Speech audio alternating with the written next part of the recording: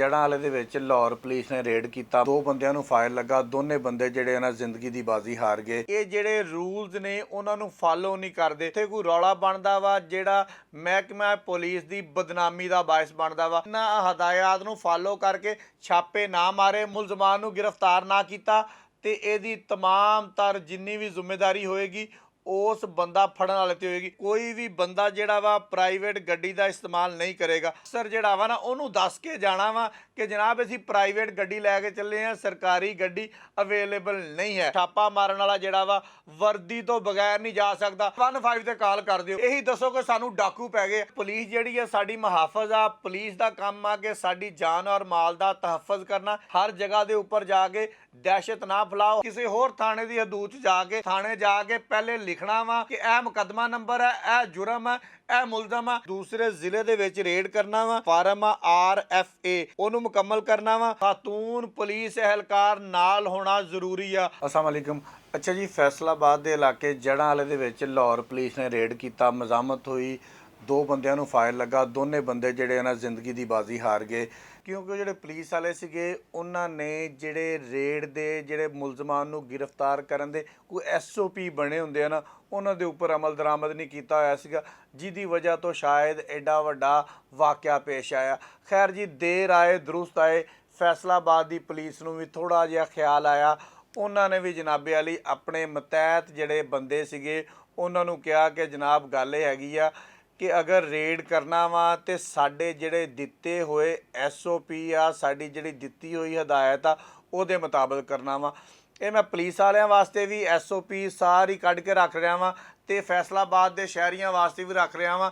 ये जनाब पुलिस के आला अफसरान ने देखा वा कि जदों साडा मतैहत अमला किते छापा मारन वास्ते जांदा वा, किते बंदियां नूं फड़न वास्ते जांदा वा, ये जिहड़े रूल्स ने उन्होंने फॉलो नहीं करते तो उत्थे कोई रौला बनता वा जिहड़ा महकमा पुलिस की बदनामी का बायस बनता वा।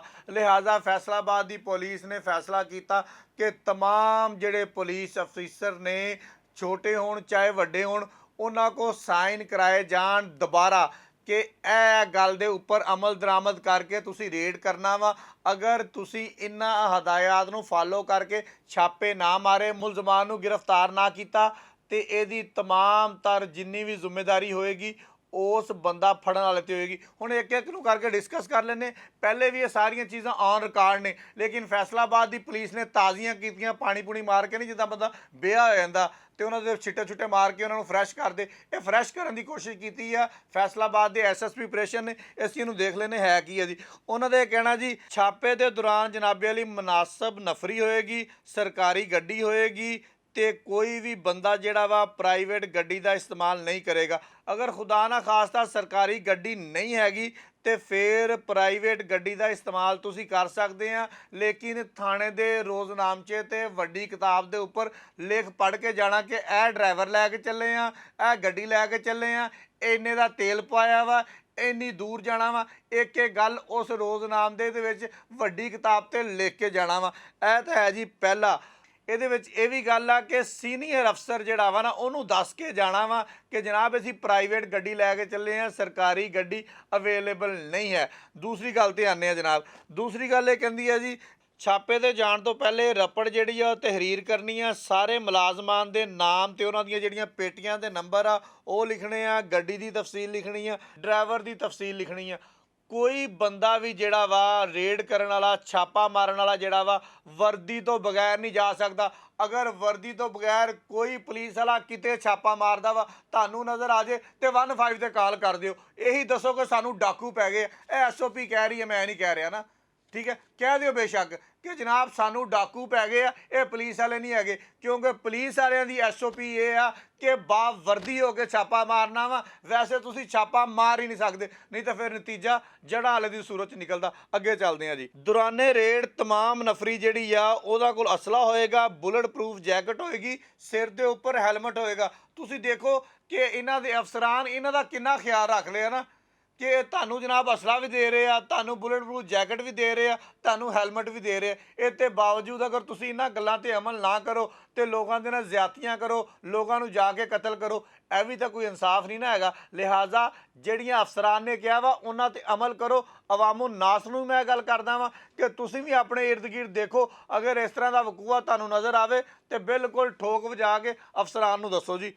ਰੇਡ ਤੋਂ ਪਹਿਲੇ ਡੀਐਸਪੀ ਜਾਂ ਐਸਐਚਓ ਆਪਣੀ ਜਿਹੜੀ ਛਾਪਾਮਾਰ ਟੀਮ ਆ ਉਹਨੂੰ ਬਰੀਫ ਕਰੇਗਾ ਕਿ ਜਨਾਬ ਤੁਸੀਂ ਕਿਸ ਤਰ੍ਹਾਂ ਜਾ ਕੇ ਰੇਡ ਕਰਨਾ ਵਾ, ਮੁਨਾਸਬ ਨਫਰੀ ਲੈ ਕੇ ਜਾਣੀ ਆ, ਜਿਹੜੇ ਵੀ ਮਾਮਲਾਤ ਆ ਸਾਰਾ ਤੁਹਾਨੂੰ ਬਰੀਫ ਕਰਕੇ ਫਿਰ ਤੋਰੇਗਾ। ਜਨਾਬ ਅੱਗੇ ਚੱਲਦੇ ਹਾਂ ਜੀ, ਕਿਉਂਕਿ ਪੁਲਿਸ ਜਿਹੜੀ ਆ ਸਾਡੀ ਮੁਹਾਫਜ਼ ਆ। ਪੁਲਿਸ ਦਾ ਕੰਮ ਆ ਕਿ ਸਾਡੀ ਜਾਨ ਔਰ ਮਾਲ ਦਾ ਤਹੱਫਜ਼ ਕਰਨਾ। ਇਸੇ ਵਾਸਤੇ ਹੀ ਅਫਸਰਾਨੇ ਬਾਲਾ ਨੇ ਇਹਨਾਂ ਨੂੰ ਕਿਹਾ ਕਿ ਇਹਨਾਂ ਹਦਾਇਤ ਦੇ ਉੱਪਰ ਅਮਲ ਕਰੋ। ਹਰ ਜਗ੍ਹਾ ਦੇ ਉੱਪਰ ਜਾ ਕੇ ਦਹਿਸ਼ਤ ਨਾ ਫੈਲਾਓ, ਹਰ ਜਗ੍ਹਾ ਤੇ ਜਾ ਕੇ ਆਪਣੀ ਮਨਮਰਜ਼ੀ ਨਾ ਕਰੋ, ਜੋ ਤੁਹਾਨੂੰ ਦੱਸਿਆ ਜਾਂਦਾ ਵਾ ਉਹਦੇ ਮੁਤਾਬਕ ਕੰਮ ਕਰੋ। ਅੱਛਾ ਜੀ, ਅਗਲਾ ਇਹਦਾ ਪੁਆਇੰਟ ਹੈਗਾ ਵਾ, ਅਗਰ ਤੁਸੀਂ ਰੇਡ ਕਰਨਾ ਵਾ ਕਿਸੇ ਹੋਰ ਥਾਣੇ ਦੀ ਹਦੂਦ 'ਚ ਜਾ ਕੇ ਤੇ ਜਨਾਬੇ ਲਈ ਉਸ ਥਾਣੇ ਜਾ ਕੇ ਪਹਿਲੇ ਲਿਖਣਾ ਵਾ, ਪੜ੍ਹਨਾ ਵਾ, ਉਹਨਾਂ ਨੂੰ ਦੱਸਣਾ ਵਾ ਕਿ ਇਹ ਮੁਕੱਦਮਾ ਨੰਬਰ ਹੈ, ਇਹ ਜੁਰਮ ਹੈ, ਇਹ ਮੁਲਜ਼ਮ ਆ, ਇਹਨੂੰ ਅਸੀਂ ਫਲਾਂ ਜਗ੍ਹਾ ਤੋਂ ਫੜਨ ਜਾ ਰਹੇ ਹਾਂ, ਲਿਹਾਜ਼ਾ ਸਾਡੀ ਆਪਣੀ ਵੱਡੇ ਰਜਿਸਟਰ ਦੇ ਵਿੱਚ ਇਹ ਗੱਲਬਾਤ ਲਿਖ ਲਵੋ। ਤੇ ਇਸ ਸੂਰਤ ਦੇ ਵਿੱਚ ਤੁਸੀਂ ਉੱਥੋਂ ਮੁਕਾਮੀ ਪੁਲਿਸ ਦੀ ਮਦਦ ਵੀ ਲੈ ਸਕਦੇ ਆ। ਇਹ ਨਹੀਂ ਕਿ ਤੁਹਾਨੂੰ ਉਹ ਬਗੈਰ ਪੁੱਛਿਓ ਦੱਸਿਓ ਛੱਡ ਦੇਣਗੇ, ਤੁਹਾਨੂੰ ਉਹ ਪੁਲਿਸ ਦੀ ਨਫਰੀ ਦੇਣ ਦੇ ਵੀ ਪਾਬੰਦ ਹੋਣਗੇ। ਅੱਛਾ ਜੀ, ਜਿਹੜਾ ਜੜ੍ਹਾਂ ਵਾਲੇ ਵਾਕਿਆ ਆਇਆ ਨਾ, ਹੁਣ ਉਹਦੀ ਸ਼ਿਕ ਮੈਂ ਪੜਨ ਲੱਗਾ ਵਾਂ, ਇਹਨੂੰ ਜ਼ਰਾ ਸਾਰੇ ਦੋਸਤ ਜਿਹੜੇ ਆ ਨਾ ਗੌਰ ਦੇ ਨਾਲ ਸੁਣਨਾ। ਇਹ ਸਭ ਤੋਂ ਅਹਿਮ ਸ਼ਿਕ ਹੈਗੀ ਹੈ। ਉਹ ਕਹਿੰਦਾ ਜੀ ਅਗਰ ਤੁਸੀਂ ਕਿਸੇ ਦੂਸਰੇ ਜ਼ਿਲ੍ਹੇ ਦੇ ਵਿੱਚ ਰੇਡ ਕਰਨਾ ਵਾ, ਇਹਨਾਂ ਦਾ ਇੱਕ ਫਾਰਮ ਆ RFA, ਉਹਨੂੰ ਮੁਕੰਮਲ ਕਰਨਾ ਵਾ, ਸਰਕਲ ਅਫੀਸਰ ਨੂੰ ਦੇਣਾ ਵਾ, ਡਿਵੀਜ਼ਨਲ ਅਫੀਸਰ ਨੂੰ ਫਾਰਵਰਡ ਕਰਵਾਉਣਾ ਵਾ। ਬਮਾ ਮੁਕੱਦਮਾ ਮਿਸਲ ਜਿਹੜਾ ਵਾ ਉਹ ਆਪ ਲੈ ਕੇ ਹਾਜ਼ਰ ਹੋਏਗਾ। ਉਸ ਤੋਂ ਬਾਅਦ ਮੁਕੰਮਲ ਬਰੀਫ ਦੇਗਾ, ਇਜਾਜ਼ਤ ਮਿਲੇਗੀ, ਰੀਡਰ ਜਨਾਬ CPO ਸਾਹਿਬ ਨੂੰ ਦੇ ਕੇ ਮੁਤਲਕਾ ਜ਼ਿਲ੍ਹੇ 'ਚ ਭਜਵਾਇਆ ਜਾਏਗਾ। ਇਜਾਜ਼ਤ ਤੋਂ ਬਾਅਦ ਰੇਡ ਤੇ ਰਵਾਨਾ ਹੋਇਆ ਜਾਏਗਾ। ਸੁਭਾਨ ਅੱਲਾ। ਇਸ ਸ਼ਿਕ ਤੋਂ ਬਾਅਦ ਜਿਹੜਾ ਜੜ੍ਹਾਂ ਵਾਲਾ ਵਾਕਿਆ ਹੋਇਆ ਨਾ, ਉਹ ਬੜਾ ਖੁੱਲ੍ਹ ਕੇ ਸਾਹਮਣੇ ਆ ਗਿਆ ਵਾ। ਸਾਨੂੰ ਮੇਰਾ ਨਹੀਂ ਖਿਆਲ ਕਿ ਇੱਥੇ ਹੁਣ ਕੋਈ ਵੀ ਗੱਲ ਕਰਨ ਦੀ ਜ਼ਰੂਰਤ ਆ। ਅਗਲੀ ਸ਼ਿਕ ਤੇ ਆਉਂਦੇ ਹਾਂ ਜੀ। ਮਾਲਿਆਤੀ ਜੁਰਮ 499F 406 408 420 468 471 ਦੇ ਮੁਕੱਦਮਾਤ ਹੋਣਗੇ, ਚਾਹੇ ਸਾਡੇ ਜ਼ਿਲ੍ਹੇ ਦੇ ਹੋਣਗੇ ਚਾਹੇ ਬਾਹਰ ਦੇ ਜ਼ਿਲ੍ਹੇ ਦੇ ਹੋਣਗੇ। ਇਹਨਾਂ ਦੀ ਤਹਿਰੀਰੀ ਇਜਾਜ਼ਤ ਲੈਣਾ ਹੋਏਗੀ ਔਰ ਉਹਦੇ ਵਿੱਚ ਦੱਸਿਆ ਜਾਏਗਾ ਕਿ ਇਹ ਜਨਾਬ ਪੈਸਿਆਂ ਦੇ ਲੈਣ ਦੇਣ ਦੇ ਜੁਰਮ ਆ। ਇਹਦੇ ਵਾਸਤੇ ਇਦਾਂ ਦਾ ਰੇਡ ਕਰਨਾ। ਕਿਸੇ ਵੀ ਘਰ ਅਗਰ ਤੁਸੀਂ ਰੇਡ ਕਰਨਾ ਵਾ ਤੇ ਖਾਤੂਨ ਪੁਲਿਸ ਅਹਿਲਕਾਰ ਨਾਲ ਹੋਣਾ ਜ਼ਰੂਰੀ ਆ।